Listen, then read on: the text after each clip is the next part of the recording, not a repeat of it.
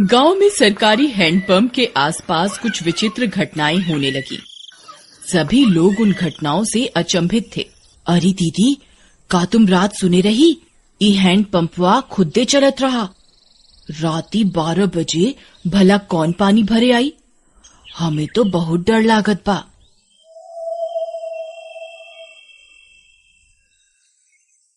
हाँ रानी, हम सुने रही। हमार रिंकिया के पापा तक कहत रही कि हम जाके देखा। हम उनके रोक लिहिस। कौन जाने का बला हुई। फिर उसी रात फिर से 12 बजते ही वह हैंडपंप खुद से चलने लगा।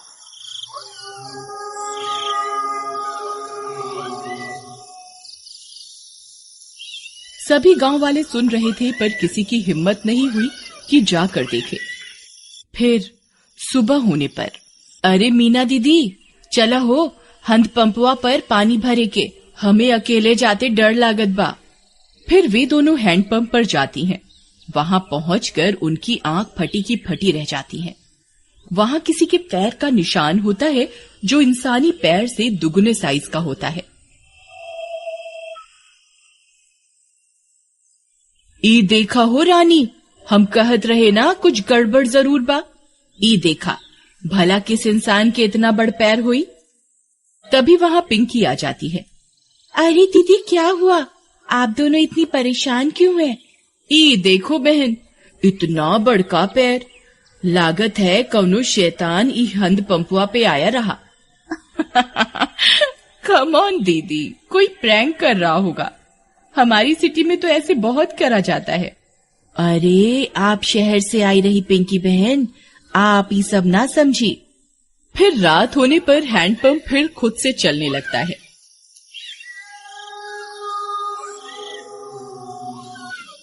मम्मी, मैं जा रही हूँ हैंडपंप के पास। मैं अभी सबक सिखाती हूँ इस नमूने को। फिर जैसे ही पिंकी वहां पहुंचती है, वह दंग रह जाती है। वहां 2 सिर की एक चुड़ैल हैंडपंप चला रही होती है। पिंकी के पसीने छूट जाते हैं।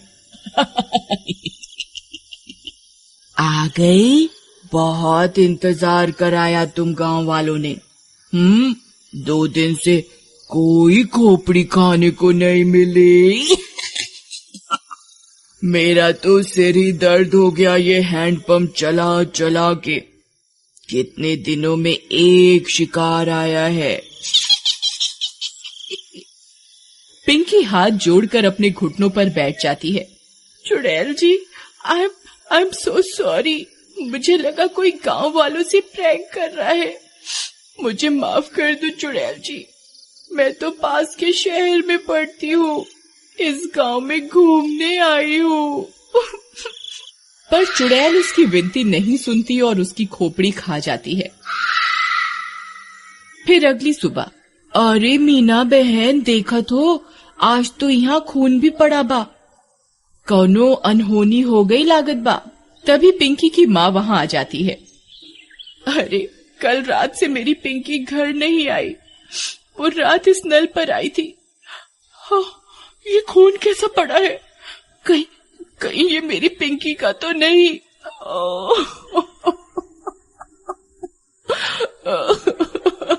अरे भौजाई, हम उसे कल ही कहे रहे कि ज्यादा लेक्चर का झाड़ो। लगता है उसके साथ कुछ गलत हुई गवा। थोड़ी देर में झाड़ियों में उन्हें पिंकी की सिर कटी लाश दिखती है।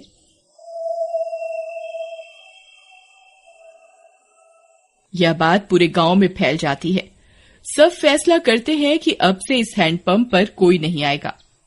फिर रात होने पर वह चुड़ैल फिर से हैंडपंप पर आकर उसे चलाने लगती है, पर कोई नहीं आता।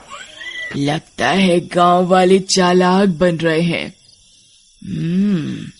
इनको किसी और तरकीब से बुलाना होगा, नहीं तो हम भूखी मर जाएंगी। हाँ, पर करें क्या? रुक जा मेरे जुड़वा सिर, अभी तुझे किसी खोपड़ी का स्वाद चखवाती हूँ। फिर वह चुड़ैल पिंकी के घर के पास पहुंच जाती है। वहां जाकर चुड़ैल पिंकी की आवाज में उसकी माँ को आवाज देती है। मम्मी, मम्मी, दरवाजा खोलो मम्मी। मम्मी। पिंकी की आवाज सुन उसकी माँ झट से दरवाजा खोलती है। वह बाहर चुड़ैल को देख पिंकी की माँ कांपने लगती है। पिंकी, ये तुझे क्या हुआ? चुड़ैल की एक खोपड़ी अपनी लंबी जीभ से पिंकी की माँ को जकड़ लेती है। मैं कोई पिंकी विंकी नहीं। तेरी पिंकी तो कब की हजम भी हो गई होगी। अब तू मेरा खाना बनेगी मूर्ख औरत। फिर चुड़ैल उसकी खोपड़ी काट कर निकाल लेती है और उसे खा जाती है।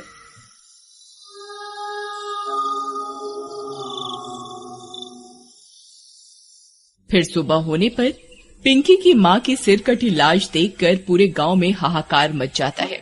किसी को कुछ समझ में नहीं आता कि ये कौन कर रहा है और क्यों कर रहा है। सुनत हो जी, उस शहर वाली माँ बेटी के कोई मार के मुंडी गायब कर दिया रहा। लगता है कोनो भूत पिशाच ही सब कर रहा है। तुम बाहर ना जावा, तुमका कुछ हो गए तो हम का करब? अरे हमका कुछ ना होई। हम जात रहे वो हैंड पंपवा के आसपास सीसीटीवी कैमरा लगाई खातिर, हाँ, ताकि देख सकें आखिर मामला का बा। फिर वह गांव की कई दीवारों पर सीसीटीवी कैमरा लगा देता है। रात होने पर वह चुड़ैल वापस आती है। वह थोड़ी देर हैंडपंप चलाती है पर कोई नहीं आता। वह गांव में पिंकी और उसकी माँ की आवाज निकालकर सबको बुलाती है पर कोई नहीं आता। लगता है गांव वाले बहुत होशियार हो गए हैं, कुछ करना पड़ेगा। हाँ, कुछ तरकीब सोचो, नहीं तो अगर हम 2 दिन भूखी रही तो मर जाएंगी। गांव वाले हैंडपंप से पानी नहीं भर रहे पर कुएं से तो भर रहे हैं। हम चलकर कुएं में बैठ जाती हैं। जैसे ही कोई आएगा तुम अपनी लंबी जीभ से उसे अंदर खींच लेना, फिर हम उसे खा जाएंगी। हाँ, सही कहती हो। फिर वह चुड़ैल कुएं में जाकर छिप जाती है। सुबह होने पर, अरे सुबह सुबह कहाँ जावत बा? रात शैतानी शक्ति सारे गांव में घूम रही। अरे तू डरा ना, हमार राजकुमारी, हमका कछु ना हुई। हाँ, हम जाए रहे सीसीटीवी कैमरा से रिकॉर्डिंग ले खातिर। हाँ, अच्छा जावत ही हो तो मटका में पानी भर लावा कुआं से। फिर रानी का पति मटका लेकर निकल जाता है। अरे पहले रिकॉर्डिंग निकाला कि कुएं पे जावा? चलो पहले कुएं पे चलत है, नहीं तो वहाँ भीड़ हुई जाए। फिर वह कुएं पर जाता है। जैसे ही वह कुएं में अपना घड़ा डालता है, चुड़ैल का सिर अपनी जीभ से लपेट कर उसे अंदर खींच लेता है। वह कुछ बोल भी नहीं पाता और चुड़ैल उसकी खोपड़ी खा जाती है।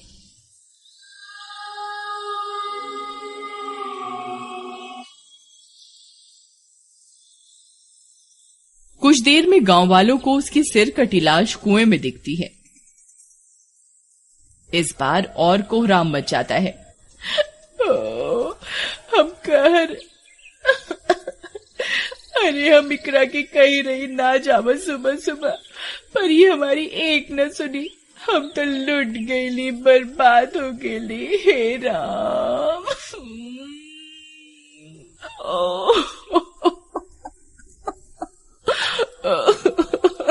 पर तुहार पति सुबह सुबह आया क्या करने रहा? फिर रानी ने बताया कि उसके पति ने सीसीटीवी कैमरे लगाए थे गांव में, जिससे यह पता चल सके कि आखिर मामला क्या है। फिर वे सब गांव वाले सीसीटीवी कैमरे से रिकॉर्डिंग निकालते हैं, टीवी पर चलाते हैं और चुड़ैल का सारा सच उनके सामने आ जाता है। वे यह भी सुन लेते हैं कि अगर वे चुड़ैल 2 दिन भूखी रही तो मर जाएंगी। गांव वालों, हमारे सामने एक बहुत खतरनाक दुश्मन है। इसे हराने के लिए हमें बस ये करना है कि हम 3 दिन तक अपने घरों में कैद रहें, नहीं तो ये 2 मुंडी वाली चुड़ैल कई और लोगों को अपना शिकार बना लेगी। मैं गांव में 3 दिन के लॉकडाउन का ऐलान करता हूँ। लॉकडाउन होने के बाद वे चुड़ैल 2 दिन तक गांव में आई अपना शिकार पकड़ने के लिए। उन्होंने कई तरकीबें लगाई पर कोई अपने घर से बाहर नहीं आया और वे दोनों चुड़ैल मर गईं।